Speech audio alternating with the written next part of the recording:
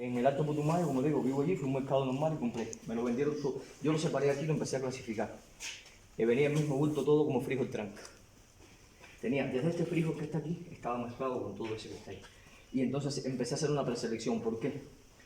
Porque como usted bien ha dicho, ¿no? O sea, es el frijol que se da donde quiera. Aquí no sabemos cuál es el más resistente. O sea, mira, este frijol no es el mismo que este. Clarísimo. Este no es el mismo que este. E incluso dentro de esto, que ya tienen un nivel ya, por ejemplo, esto aunque no lo parezca, es más gordo, un poquito más fuerte, un tincito más que este, aquí saqué más tamaño, estos dos son muy parecidos, ya este tiene un color que va bajando un poco, este tiene una forma más alargada, este sí es totalmente diferente, es un color un poquito más claro que este. Como lo digo, la selección fue visual y todavía uno tiene que seguirla mejorando para ir tratando de sacar todos los genes que se van teniendo ahí, para después uno decir qué yo estoy buscando con ellos.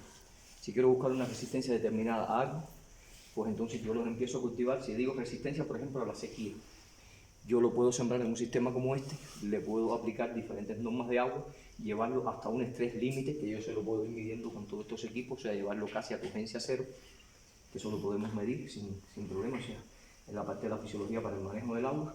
Y entonces uno va diciendo, de estos que están aquí, por ejemplo, este me dio que es un poquito fuerte para aguantar la sequía, y este es un poco fuerte.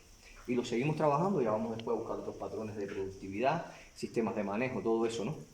Pero como le digo, allí los tienen todos mezclados. Cuando vayan a comprar frijol tranca, que para mí fue curioso, ¿no? Porque esto no es de criticar de que ellos tengan toda esa mezcla. Esa mezcla es una costumbre campesina que me he dado cuenta que acá, o sea, nosotros la teníamos también, yo dije que venía de orígenes campesinos. O sea, nosotros cuando sembramos tomate, generalmente hacíamos este tipo de cosas. Teníamos una cantidad de semillas de tomate seleccionadas y cogíamos y exprimíamos 2 tomates de otra variedad, se lo echamos y mezclamos la semilla en la semilla que ya íbamos a hacer semillero directamente para sembrar. Esto es normal usado en el campesino, ¿por qué? Porque tú dices, cuando yo siembro un campo de tomate, mientras que tengo uno con un fin comercial, me van saliendo 4 tipos de tomates diferentes dentro, uno va recorriendo siempre el campo y uno dice, este me salió primero, aquel me salió después, este es bueno para comer, y uno va pensando en el autoconsumo a la vez. Entonces generalmente se hace eso. ¿Qué ganas con esto? Que cuando tú siembras este frijol en un sistema, siempre vas a tener frijol, porque tienes ya genotipos diferentes. Si tú dices, el blanco no se te da en esta condición, mira cuántos otros le quedan para que sigan dando. Entonces los campesinos, para asegurar, lo que hacen es eso. Eso lo hacen los productores, mira, le digo, no hay intercambio intercultural entre la parte andina y la parte del Caribe que yo sepa, con mi país de ningún tipo. Y le digo, la costumbre, y mi padre mucho menos, que lo conozco, como digo, desde que nací. Y cuando yo le dije, cabrón, estás mezclando la semilla aquí cuando teníamos... Dice, no, pero ¿cómo estábamos sacando? Y le podemos sembrar el semillero aparte. Dice, no, es más trabajo. Echamos el semillero aparte, se nos complica. Lo tiramos y después, claro, era verdad, o sea, funcionaba. Eso, como digo, a los 10 o 12 años ya estaba ya viendo ese tema en la casa. Esto que pasa aquí es lo mismo que pasa en la naturaleza. Lo mismo que pasa en los bosques, lo que pasa todo. Cuando uno llega a un bosque y empieza a talar las plantas que a uno le interesa, va quedando un bosque secundario ya alterado. Y entonces, ¿qué pasa? Van a sobrevivir ahí, las que más rápido van a salir, van a ser las semillas que estaban, encontraron la luz, o sea, le quitaste ese árbol que le estaba haciendo la sombra, porque se vive en un sistema de comunidad, o sea, con una diversidad altísima como la tenemos todos nosotros.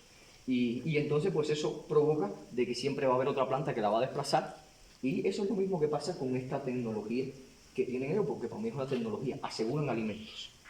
Y si uno quiere, ya vamos haciendo, o sea, lo mismo que lo puedo hacer yo, lo pueden estar haciendo ellos. Ellos pueden coger un día y decir, mira, quiero saber para comercial porque este tiene mercado, por ejemplo, pero mezclado no tiene mercado. O sea, yo quiero para comercial y voy probando a ver si este se me da solo y empiezas a hacer tus prácticas de forma empírica, pero el conocimiento básico que tenemos, o sea, ninguna de las ciencias que hoy tenemos dejó de existir el conocimiento empírico antes para que se creara la ciencia. Hasta lo social, que hoy tiene tanta repercusión y tan bien valorado, como yo digo, surgió por la necesidad de que se iban haciendo procesos hasta que dijo, hay que ponerle nombre, hay que estructurarlo, hay que perfeccionarlo. La agroecología es lo tradicional que se hacía. Y entonces, pues ha habido que perfeccionarlo, entonces se conceptualiza, se trata de integrar, se le busca, o sea, se trata de mejorar ese conocimiento que parte de ahí. Pues una de las intenciones que quiero montar acá es ver la capacidad de esos genotipos. Hasta el momento donde he visto, los compré todos, los tenía en una bolsa hasta la semana pasada juntos, que vine y los seleccioné porque yo hago trabajo bastante desde la zona del Alto. Y una de las cosas que empecé a ver, por ejemplo, era el cocojo, no sé cómo le llaman al bicho que siempre le cae al frijol. Sí, no sé cuál, o sea, ese mismo, empecé a ver que no tiene el mismo comportamiento en los diferentes colores. O sea, todo estaba mezclado. Claro, esto no es una evaluación que valga para nada. ni yo esperé que eso fuera. Primero no esperaba que tuvieran gorgojo, acabándolo comprando en el mercado y teniéndolo menos de un mes acá. Pero sí tienen. Y por supuesto fui matando el que pude también, porque si no me lo acaban y tengo que ver ahora para que no me siga. Pero me di cuenta de que habían algunos, no puedo especificar, creo que este era más sensible, creo que este era más sensible al gorgojo. El blanco no le vi, este también tenía un gorgojo, pero vi que el color influía en que tuviera gorgojo, o sea, entre la clasificación había unos que tenían más y otros que no le veía ninguno. Sobre todo este sí sé que tenía bastante. Entonces, por ejemplo, eso es otro patrón que uno puede tener en cuenta. Si yo voy a sembrar estos frijos y yo sé que no tengo con qué conservarlo, un método que sea bien eficiente, yo digo, con este yo no más riego, entonces me lo tengo que consumir rápido y no lo aguanto 5 o 6 meses. Si yo sé que este me aguanta 5 o 6 meses y tengo que administrar mi sistema de consumo en una zona de autosuficiencia alimentaria, pues entonces yo quito y voy comiéndome este primero y lo voy desplazando por el otro, o voy sembrando más de uno y más del otro. Por ejemplo, yo vengo de una cultura a sembrar frijol y nosotros este frijol lo sembramos al 5% más o menos y este al 5%, o sea, genotipos parecidos a esto. Con estos colores no es más del 5%, nosotros sembramos negro nada más. O sea, el 90% es negro y ya lo otro es colateral. O el 80% es negro y lo otro es colateral. De comercio todo es el negro, los otros son colaterales. Pero colaterales que uno lo tiene para el autoconsumo. Entonces, así que se hacen las estrategias. Y uno tiene que conocerla cómo funciona. Si la que resiste, si este blanco es muy resistente, lo comparamos con las variedades comerciales que están en el mercado en estas condiciones que se están dando de variabilidad climática y decimos, pues tenemos un genotipo promisorio. Pasa después a la fase de campo, como ven, esto es semicontrolado, pasa después a una fase de campo, empiezas a comparar ya en áreas pequeñas, después en áreas mucho más grandes, y después tú llegas a lo que sería un extensionismo o una socialización de cultivo para si los productores lo adoptan o no, que tengan la capacidad de elegir. Cuando nosotros trabajábamos esta feria en Perú y en Cuba, hacíamos una siembra, no sé, de 60 tipos de frijol, y los productores venían y seleccionaban, nosotros le dábamos el derecho a que seleccionaran 5 para que se lo llevaran para la finca, y le dábamos entre 50 y 100 semillas. ¿Por qué 50 y 100 semillas? Porque si le das esto, tú estás apurado un día, lo juntas con el otro y haces una comida. Y se quedó, y después vamos a ver. Si tú le das 56 semillas, lo único que pueden hacer es que se echa a perder o que se siembra. Y entonces eso le va creando. Si de esas 50 o 100 semillas, según como estuviera, a los 2 años tú veías que una iba cogiendo, esa en verdad cogió 5 porque quería 5, pero quería entrar con una sola variedad. Eso es innato donde quiera que uno lo haga. O sea, y la selección va a ser muy variada. Hay quien quiere de este tipo, hay quien quiere del otro. O sea, eso es la selectividad, y la intención siempre en este tipo de cosas es que se empiecen a repartir los genes y que las personas se hagan con potencial en producir. Cuando ya un campesino se lleva este tipo, lo empieza a manejar la tecnología. Uno no tiene capacidad para, cuando tiene 60 genotipos diferentes, hacerlo, pero cuando un productor se lo lleva, siempre lo va a comparar con el tradicional y lo empieza a mejorar. Entonces ese intercambio lo que hace es crear aprendizaje. Cuando uno va a discutir, en el sentido de discusión hablo, no a la pelea, sino al debate. Cuando uno va al debate, uno empieza a ver los criterios que tiene de selección, de manejo, y uno lo va juntando y lo va relacionando con la fisiología, con la genética, con la matemática, con la química, con todo lo que se le junte en la cabeza. Uno lo va relacionando y uno va diciendo, esto se puede ir moldeando, y ahí es donde uno puede tener de verdad un debate productivo o un análisis productivo con los productores. Eso es un tema que ha sido muy frustrante para la academia, porque siempre hemos llegado, casi siempre, y casi la mayoría, echa un título a la mano, voy y le digo, esto se hace así, si lo estaba haciendo de una forma diferente, a veces sin saber ni por qué lo hace diferente, porque no conocemos el entorno ni nada, no, eso no se hace así. Eso sí se lo digo ya como campesino, el que venga a la finca de mi padre a decirle que eso no se hace así cuando ha estado dando de comer toda la vida para todos nosotros, o la de mi abuelo, es una falta de respeto. O sea, para mí eso es una falta de respeto muy grande. O sea, esto cómo lo haces así, por qué lo haces así, vamos a ver así, y empezamos a debatir y funciona. O sea, que hoy te van a decir, el campesino no adopta esto, no, lo que están es cansados a que le vengan a enseñar a hacer lo que muchos no han hecho. A quien le va a enseñar que esto se hace así, nunca ha sembrado ni una mata de frijol en su vida, ni tiene idea de cómo crece, ni lo que se pasa para hacerlo. Y entonces, imagínense ustedes que lleguen los que vienen de zona que han comido de lo que se cultiva en la casa, que vengan y le digan al que lo ha cultivado, ya sea la mamá, el papá, el tío, el que sea, que le digan, no, eso no se hace así. O sea, imagínate qué desmotivación, o sea, le quitas todo el patrimonio que tiene, el conocimiento empírico ese que lo ha hecho con mucho esfuerzo, uno se lo quita cuando le viene a hacer un cuento de que eso se tiene que medir con una cámara de presión. No, yo soy fisiólogo, estoy en la academia y lo tengo que hacer con una cámara de presión para buscar el porqué. Incluso con ellos mismos les puedo enseñar por qué es hidratar. O sea, que eso no es que no quita que su nivel de comprensión cada vez no sea más, pero es un intercambio intercultural de una cultura académica que viene por una forma de experimentación a una cultura que viene por una experimentación más empírica, que no deja de ser experimentación ni deja de ser investigación. Si no, no tendríamos estos genotipos hoy, así como los tenemos yo, muy contento. Profe, Sí. una pregunta. ¿Qué tipo de frijoles cada uno? No, si el problema es que lo venden como frijol tranca, si fíjate lo que te estaba diciendo. Cuando tú vas allí es frijol tranca, que conoce el Alto Putumayo, que lo ha visto, y le digo, lo compré yo, o sea, que no es que me lo trajeron, ni que me hicieron nada raro, lo compré en un mercado normal, dije, quiero comprar frijol tranca, yo compré bolón negro, compré carcamanto también, que lo tengo aparte, que no lo tengo aquí ahora, esto se parece más a un bolón negro, pero no es un bolón negro, o sea, porque yo tengo el otro, y además lo tiene, o sea, le digo, estos por ejemplo, para mí pueden estar muy directamente relacionados, que también hayan puesto variedades que la tienen más comerciales allá. Yo tenía más como tranca este tipo de frijol. De hecho, allí en la zona yo he tenido algunos, yo traje también unos que de donde yo vengo también, que eran negros, pero con otras características para ver si se adaptaban acá, que todavía ni lo hemos sembrado. Ya, lo que pasa fueron 4 o 5 para ver si se adaptan. Pero estos se parecen más, estos ya son ya más yo tengo una rubia convencional que la tienen allí, se da por ese sistema, la mayoría no se cultiva de esta manera. O sea, ahí es como digo, ver el material. Después todo lo que lleva ideal es una prueba de ADN, o sea, para ver toda la parte filogenética. Yo en cultivares silvestres, trabajando en bosque con genotipos silvestres de plantas, por ejemplo, en lo que le llaman, la que es la papayita chiquita, el chiracuán, que le llaman acá, nosotros tenemos una variedad, un genotipo silvestre. En el tema de trabajo con el bosque hicimos todo un inventario florístico, nos salieron, o sea, cuando hicimos ya la clasificación, bueno, pues son especies que están en riesgo, son especies endémicas, y entonces una tesis de doctorado incluso la dirigí en un tipo de chiracuán, y entonces hicimos toda la genética con los parientes silvestres que habían allí en la zona, y con las variedades comerciales para ver cómo se relacionaban. En esto yo creo que toca hacer lo mismo ya en una fase más avanzada, porque lleva inversión, ¿no? Pero si uno dice, si este genotipo, hay que ver si es uno de un descendiente o es uno de los mismos comerciales que tienen ahí, simplemente que lo echaron en otro bulto, y uno dice, no es un genotipo diferente, simplemente este mismo que lo sacaron y lo echaron en la misma. Hay que ver de esto cuál es de los de verdad originarios y cuáles son de las variedades comerciales que se han mezclado o los que se han ido cruzando. Es un ejemplo de cómo uno usa la fisiología. Ahora, si le vamos a evaluar esto, cuál es la capacidad de estrés, yo los riego aquí, le pongo diferentes normas de riego. Esto es una cámara de presión.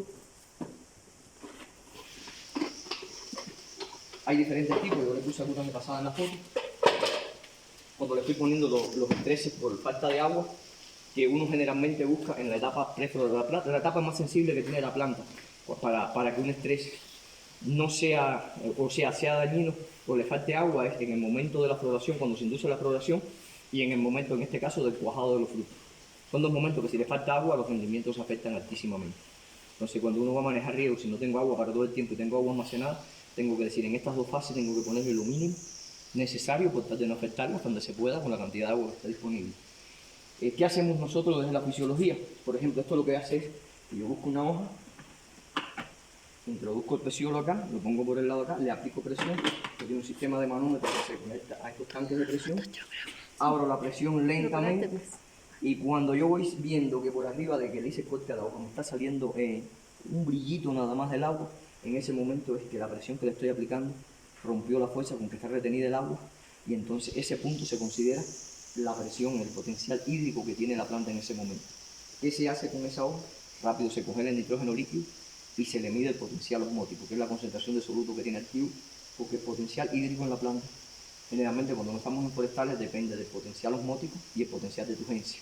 Si la planta está más turgente, ¿qué me interesa de todo esto? Saber la turgencia que tiene. Pero la turgencia solo se hace por sondas, son específicas, es mucho más difícil de medir. Entonces uno lo que hace es la ecuación al revés, despeja, la presión es igual a la diferencia entre el potencial hídrico y el potencial osmótico. ¿Por qué el hídrico, por qué la turgencia depende de eso? Porque puede ser que yo tenga un potencial hídrico, generalmente son valores negativos, generalmente no son valores negativos, porque una fuerza de retención, entonces puedo tener potenciales hídricos muy, más menos 4, menos 3, menos 2, y uno decir, esta planta está súper estresada. Y no tiene siempre que ser así, puede ser que la planta tenga una concentración de soluto tan alta dentro, de que ella sea capaz de retener el agua con buena turgencia. O sea que la turgencia que tiene, la tiene porque el agua se mueve de potenciales hídricos, o sea, de concentraciones de menor soluto a más soluto. O sea, es como El movimiento del agua es normal, o sea, anda en más soluto, el agua se desplaza hacia él. Y entonces en la planta ocurre lo mismo, o sea, en el suelo hay menos concentración de soluto, aunque uno lo crea, o hay menos extracción prácticamente de todo esto que lo que uno tiene prácticamente en la atmósfera. O sea, el movimiento del agua, después yo le hago aquí, pues esto está genial. Después yo le hago un grafiquito más o menos cómo se mueve el agua. De todas formas, el movimiento del agua en las plantas está en cualquier sitio de internet, lo que se lo puedo explicar cómo funciona. Entonces, bueno, lo que uno hace es medir la presión como está en ese momento. A través de esa diferencia. El osmómetro es otro equipo que aquí no lo tenemos en Agrosabia, yo lo he trabajado con el de la Nacional, las cosas que hacía aquí en Colombia. Ahí buscamos la concentración de soluto que tiene, hacemos la diferencia, y si está por encima de cero con un valor relativamente alto, por encima todavía tiene buena turgencia. Quiere decir que aunque la planta se vea que se está reduciendo y todo eso, todavía está funcionando con una turgencia adecuada. Entonces ese mecanismo para saber que tiene esa capacidad de turgencia es lo que me dice a mí que esto aguantaría una condición de estrés o no. Puede ser que una planta tenga una presión bajita, pero cuando le hagas todos esos análisis la veas que está casi deshidratada. Entonces yo digo, esta planta nada más que le falte el agua, o sea, su soluto no lo aprovecha de forma eficiente para retener el agua. Porque hay plantas que extraen más soluto del suelo, lo incorporan en la hoja. Por ejemplo, si yo riego con un suelo salino, ella es capaz de tomar las sales del suelo, pasarla por todo el sistema que decíamos que era la conductividad hidráulica, la lleva a las hojas, sube la concentración de soluto a las hojas y eso hace que siempre tenga un gradiente para seguirle sacando agua al suelo. Sube primero las sales y después sigue subiendo el agua. Es un mecanismo que tiene. Un mecanismo que puede ser bueno o puede ser malo en dependencia del nivel. Y es donde uno tiene ya que empezar también a precisar con los detalles. Si produce toxicidad, si afecta mucho el rendimiento, si la planta se queda como si nada, aún teniendo más sal en las hojas, esa es la ideal para resistir temas de salinidad. Si vemos que se empieza a poner necrótica y todo eso, decimos esta tiene menos potencial para eso. Y en esos frijos te puedes encontrar cualquier tipo de diferencia al hacer ese tipo de evaluación. Si tienes genes diferentes, se puede encontrar. Y así va siendo con todo, o sea, con los forestales es lo mismo, o sea, hay especies que tú dices, no voy a tener riego donde la voy a llevar, es una zona media árida, la voy a llevar en el momento de lluvia, pero a los 6 meses ya no tengo cómo, pues si yo sé qué plantas son las que son capaces de resistirme esas condiciones, yo me lo estudio antes, digo, cuando voy allí, ya yo no voy con una planta a los ciegos, voy específicamente con la que tiene más probabilidades de tener supervivencia. E incluso, cuando yo trabajaba con forestales en la parte de España, allí sí, como le digo, super árido, y uno de los tratamientos que lo hacía, la parte de vivero, era ponerle sal, o sea, ponerle agua salina. Más o menos una semana antes de regar, yo cogía, le aumentaba la concentración, le subía más o menos a 70 milimolar, que son alrededor de 4 de 100 en cantidad de sal, sal común.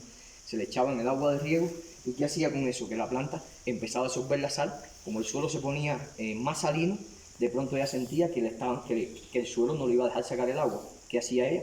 Cerraba los estomas, que es por donde pierde agua la planta, cerraba los estomas e incluía esas sales. ¿Qué ventaja me daba eso? Que yo llevaba una planta al campo con una concentración de soluto alto en las hojas y además con los estomas cerrados. Ya cuando yo la ponía en el campo no era como llevar una planta de tomate que viene de un beberito toda fresquito, la lechuga esa que si la pongo ya fuera del sol, a los 2 minutos, aunque esté metida en agua, como yo digo, puede tener un estrés nada más por el cambio de intensidad de luz. O sea, eso es lo que nos hacía que el nivel de supervivencia era mucho más alto. Y lo hice precisamente con un amigo que trabajaba viveros de más de, o sea, de millones de especies, de millones de plantas producía y tenía muchas especies que eran de zonas, o sea, del Mediterráneo árido, o sea, ese es un negocio bien.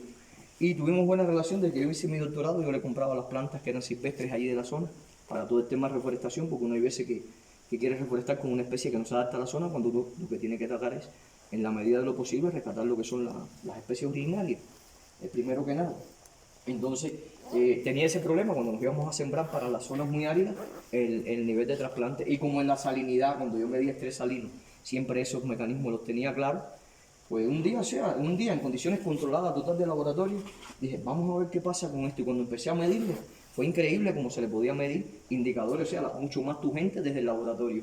Cuando llegó a campo, igual los estomas cerrados, ya no hay pérdida por transpiración, durante un efecto que era 15 o 20 días, lo suficiente para que la planta empezar a tirar las primeras raíces y ya se adaptar en medio. Digo, una cosa práctica que salió de los estudios fisiológicos. O sea, si no lo hubiese tenido, no hubiese tenido la claridad de todo este mecanismo de funcionamiento. O sea, es una de las formas que uno la puede usar. Y precisamente fue forestales del Mediterráneo que lo hicimos. Profe, una pregunta. Usted dice que la planta podría tener, digamos, adecuado soluto cuando ya salga a campo, ¿no? Durante 15 o 20 días. Y luego de eso ya debería de... Ya la planta lo va distribuyendo. Ajá. Mira, depende de la zona donde lo almacene. Si lo almacena en el citoplasma, lo almacena en la vacuola. Si lo almacena en la vacuola, lo retiene más tiempo. O sea, lo tiene ahí almacenado y lo va soltando cuando lo va necesitando o por cualquier otra razón de crecimiento.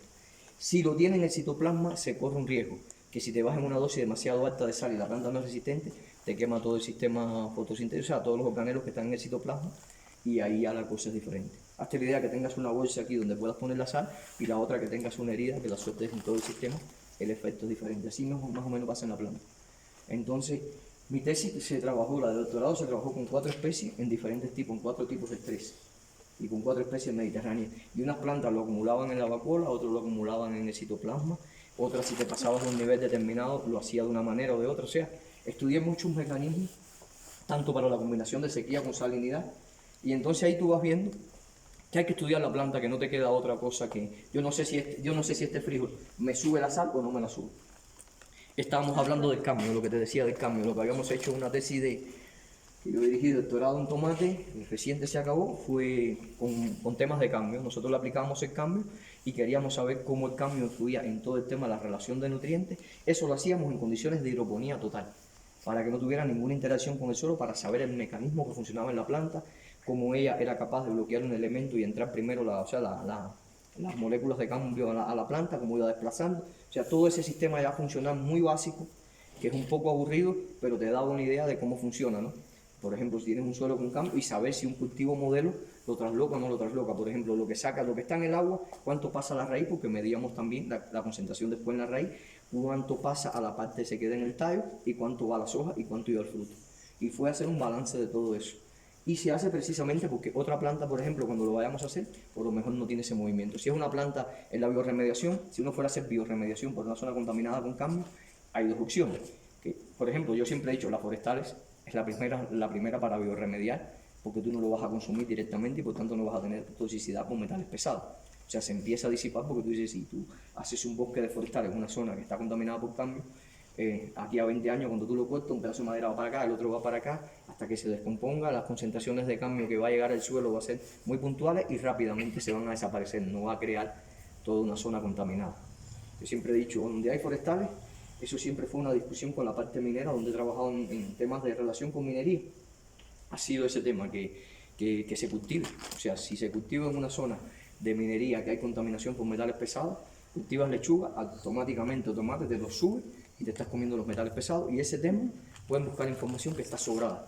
Y ha sido en muchos casos falta de conocimiento. Los metales pesados y la influencia en la parte humana es cosa también que hace 40 o 50 años que se ha tomado mucho más en serio que hace un tiempo, pero aún tomándose en serio, todavía te encuentras zonas mineras con huertos de hortalizas al lado. Y la gente te dice, ¿de qué voy a vivir? Bueno, esa no, o sea, ¿de qué vas a vivir? No, o sea, que eso no lo puedes hacer. O sea, no es que yo quiera joder a que tú no siembres eso, es que te estás envenenando tú y a todos nosotros. Es un problema que cuando se va a hacer la minería tiene que ser consciente de que si va a crear, primero que no puede crear esa contaminación, pero ya si la creas, buscarle soluciones a las personas. Si no, no puedes hacer minería ahí, porque entonces ¿qué vas a hacer? Buscarle cómo pueden vivir esas personas sin tener que consumir eso. Pero no puede ser que tú pongas aquí un sistema minero, y no lo digo por el caso de Colombia, no quiero meterme en estos temas directamente, pero que tú pongas un sistema minero afecta a los que están al lado, van a seguir consumiendo, van a tragarse todo de la mina, está dando mucha plata porque si no, no hacen la minería, y después el otro se está intoxicando al lado y nadie tenga que ver con él. O sea, desgraciadamente al otro le tocó por ley que depuntaron la minería al lado, pues que alguien le dio solución, porque uno lo que le dice, si lo haces te estás envenenando, tú puedes tomar la decisión, pero no es lo ideal. Eso es un tema fortísimo de la minería, porque muchos de estos metales pesados sí suben. Hay plantas que los retienen en la raíz o otras que son exclusivas y no lo dejan ni entrar. Son mecanismos que hay que estudiar. Por eso entonces cuando uno va a coger un cultivo que lo quiere tener para una zona con esas características, uno dice, la siembro, miro lo que hay en el suelo, miro lo que me pasa a la raíz, hago toda la curva y digo, no me está pasando nada para arriba, pues es una planta que tiene potencial. Hay otras que uno lo quiere decir, yo tengo esto aquí ahora, está contaminado por estas macetas de metales pesados y yo quiero sacar el metal pesado ahí. Si lo quiero sacar, entonces tengo que buscarme uno que lo saque a lo más rápido, pues que al sol va bastante, arranco, cosecho, encinero, reparto los elementos. O sea, es un proceso tecnológicamente mucho más caro, pero que también es funcional. Entonces, esas son alternativas que se utilizan para la biorremediación, conociendo cómo funciona la planta. Esto es un sistema de riego localizado. Allí hemos visto un poco que habían diferentes tipos de riego. Los tradicionales se hacían, bueno, cuando los tradicionales, estamos hablando antes del tema de las conductoras y todo eso, En algunos sitios usaban conductoras con el tema del aguado o con otro sistema, por ejemplo en la zona del altiplano de Perú y Bolivia, en toda lo que es el borde, los incas utilizaban unos sistemas de riego incluso que hacían que el agua se moviera un poquito hacia arriba, haciendo pequeños sistemas siguiendo curvas de nivel y siguiendo todo su conocimiento ancestral muy bien calculado. Y hacían tipos de riego por aniego, no, sino con movimiento de zanja, que no es lo mismo aniego que en zanja. O sea, zanja es que yo tengo una zanja aquí en el medio, yo riegue y el agua se vaya viendo para los lados, y aniego es que yo ponga una turbinaza acá y el agua me llegue hasta aquí, hasta el borde, y yo la dejo que se caiga. Son sistemas de riego superficiales, pero uno es aniego y el otro es por zanja. En el arroz se mantiene, por ejemplo, mucho el sistema de aniego, contradictorio altísimamente porque genera una cantidad de metano muy alta por todos los procesos que se dan en el suelo, pero todavía lo tienen prácticamente como un sistema de control de maleza, de otras características, pero todavía en los sistemas arrozales se utiliza mucho, y por eso generalmente el arroz se siembra en suelo que tengan más drenaje, y se hace todo este trabajo para que estén anegados. O sea, es el sistema de productivo más intensivo que hay. Y entonces, bueno, están los riegos ya por aspersión, que ya es tecnología que va saliendo después. Están los más rústicos, que era con lo que tú pudieras. Cuando no tienes condiciones, se riega hasta con la mano por aspersión, con una ducha, con lo que tengas al alcance. Pero hoy en día las tecnologías ya de riego de este tipo son muy económicas, son mucho más eficientes que ponerse uno. O sea, un rollo de manguera de 200 metros como esta vale 70 y pico mil, 80 y pico mil pesos, depende de donde la compres. Y lo digo porque esta la compré así. Hoy en día las mangueras ya tienen en muchas de ellas los goteros a distancia determinada. Tú dices, si voy a sembrar frijol, yo pido un marco más estrecho de goteros. Si voy a sembrar frutales, pues ya yo organizo las líneas. Este sistema de riego, ¿qué ventaja tiene? Es casi el 90 y un poco más eficiente que los demás sistemas en cuanto a utilizar el agua en el momento que tú quieras y como la quieras aplicar. ¿Qué uno hace con estos sistemas de riego? Para mí, una de las bondades más grandes que tiene, además de que con poca agua la usa más eficiente y la puedes poner en el momento que uno quiera, es que desde que uno siembra la planta cuando está en un campo abierto, no vamos a ponerlo en estas condiciones, si uno le pone una gotica de agua aquí, todo el sistema radicular de la planta se va formando en esa área. Y entonces, por ejemplo, si estaríamos en un frutal, vamos a pensar que estamos en Lima, en Lima Tahití, en Lima Tahití, o aguacate. Yo siembro la planta en el terreno aquí, le pongo primero un gotero por cada lado para que tenga esas dos zonas. Y yo tengo el aguacate, a lo mejor lo puedo sembrar, este aguacate del Hass se puede sembrar más o menos 4x5, sería un buen marco de plantación. Se puede sembrar mucho más estrecho, pero habría que manejar muy bien la poda. Pero bueno, vamos a ponerlo a 4x5. ¿Yo para qué voy a tener un riego a cualquier altura echándole agua a todas las malezas que tengo al lado? Porque cuando tiro riego le tiro a todo. Cuando tiro fertilizante por un sistema de riego de ese tipo le tiro a todo. Si yo lo que necesito es que aquí lo que tenga es aguacate. Si yo tengo el aguacate, ¿y de qué tamaño está mi aguacate? Cuando yo lo trasplante, una mata de aguacate debe tener 0,70 milímetros más o menos, a 1.2, 1.3, 1.5 milímetros si está un poquito pasada de tallo. O sea, una plantita más o menos de este porte, no más. Con un sistema regular que muchos vienen en una bolsa, puede ser en cualquier otro tipo de porte, pero es una cosa que viene con, 1.000 y pico de centímetros cúbicos. Cuando uno la lleva al terreno, ¿qué uno busca? Que si yo tengo esta plantita aquí, ahora yo no necesito, como digo, de aquí a 4 metros, o a 5 metros, que sería los 4 metros entre la parte de nariz. O sea, de aquí a 4 metros yo no necesito, hasta los 4 metros, tener agua en esta fase de crecimiento de la planta. ¿Yo qué hago? Le pongo el agua, 2 goteros, le puedo poner uno solo, pero le pongo 2 porque ya yo sé, para llevarme una distancia y que no le caiga en un solo sitio.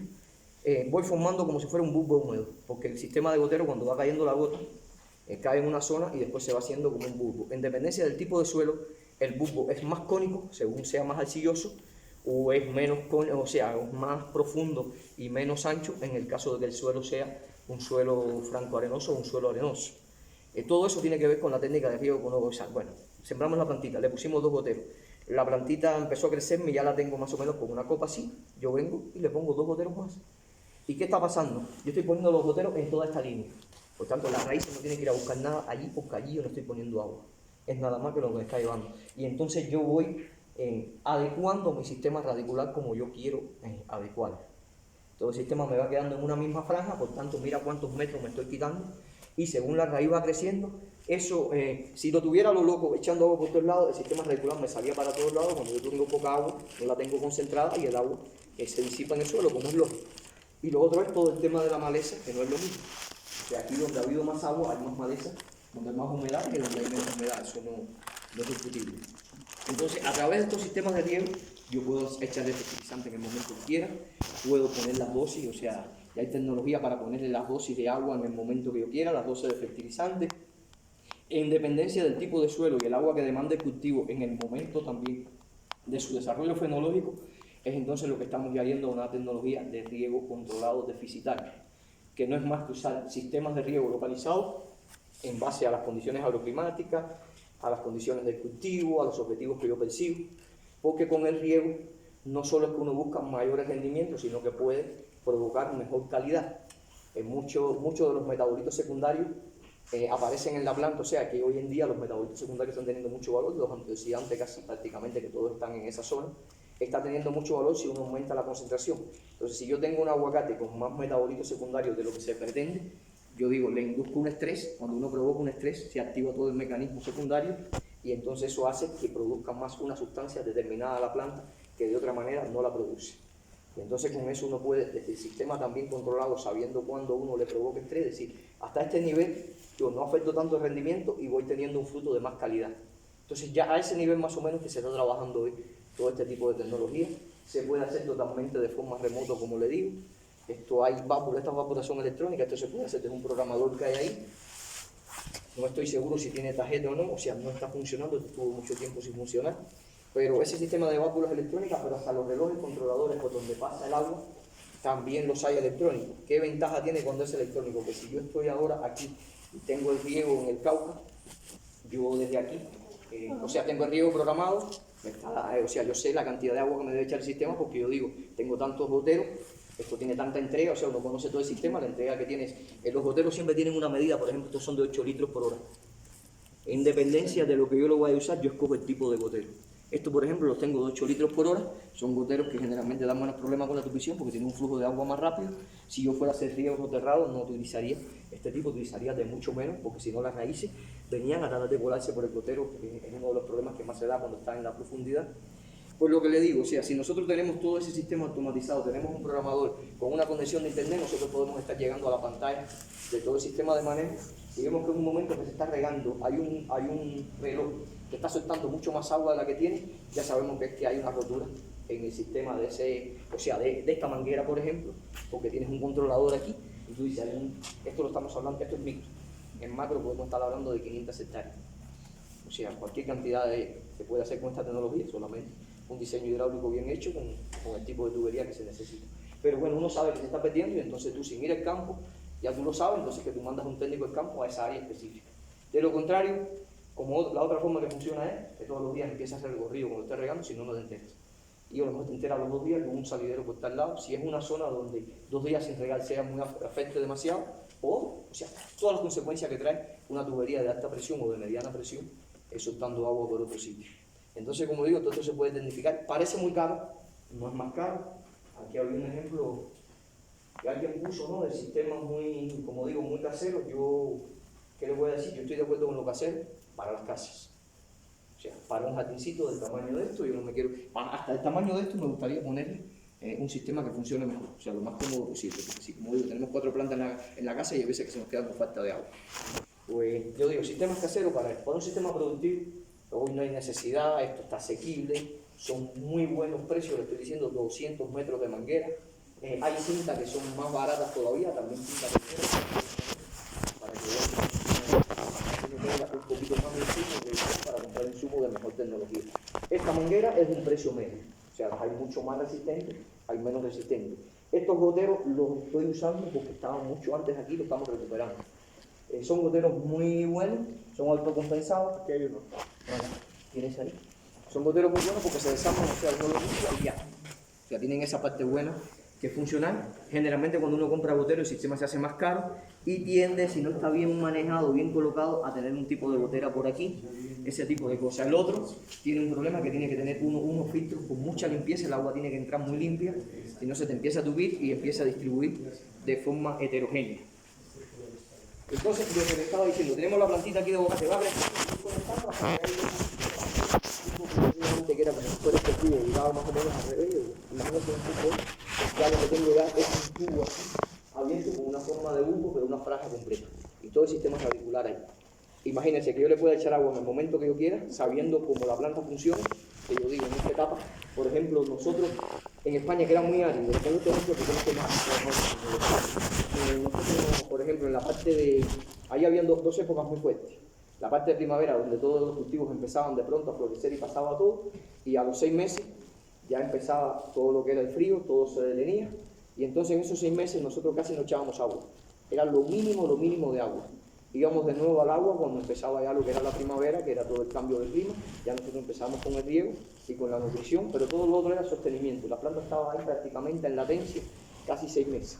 Cada un tiempito uno se gastaba un poquitico de agua. Teníamos embalse y entonces los embalses sabíamos que había que dejarlo de reserva para el momento que se manejaba, porque si no era así no se podía producir. La eficiencia en el uso del agua era 3.5 veces más alto que en las zonas que tenían riego. Y la producción era más alta también, porque eso te obliga a que tú utilices una tecnología mayor. O sea, los productores hoy en día de referencia en el mundo están prácticamente, para mí, en la zona de California, referencia en tecnología y en cantidad de producción por año. Y los israelitas, que es innegable, que tienen sistemas prácticamente sobre piedra y arena, que son súper eficientes, porque han usado en una de las cosas esta tecnología más todas las otras cosas. Y son muy eficientes en todo el tema. Yo, de los mejores fisiólogos que conozco, es un señor israelita que no sé si está vivo todavía, lo pude conocer personalmente y estuve 2 veces hablando con él. Y exactamente, ellos lo que usaban era la fisiología y tecnología de riego eficiente para eso. O sea que de ahí salen esos conceptos que en internet están muy abundantes. Entonces, ¿cómo funciona esto? Bueno, esta es la casa que estaba regando, esta estaba cerrada la base.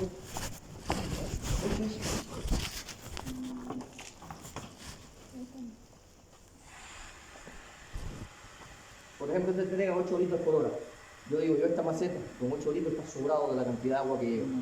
Si yo aquí tuviera un suelo de mucho drenaje, ¿qué tenía que hacer yo? Tenía que hacer riego de más frecuencia. Por ejemplo, cuando hemos trabajado en zonas muy pedregosas, de mucho drenaje, regando 8 o 10 veces al día y hasta más. Porque uno dice, echo una gotita, mientras que cuando esa gotita se va evaporándose o sea, drenó completa, ya uno tiene que volver de nuevo, es como si fuera refrescando, ¿se entiende? Es más o menos como funciona así. Sí, 8 litros es bastante la entrega. O sea, a mí generalmente para este tipo de condiciones yo prefiero 4 litros para uno poder manejar mejor las dosis. Si no, esto en 10 minutos ya aquí está sobrado de agua ya. Entonces, bueno, esta es la ventaja que da. Así funcionaría normal en un campo abierto, como quiera que uno lo haga. ¿Ves? No se está mojando más nada. Bueno, aquí es que se fue por el lado afuera. Este es el sistema, ya uno ve si hay un gotero que está fallo, creo que por allí ayer vi unos fallos. Sí, ahí hay uno que está tupido. Ya viene lo de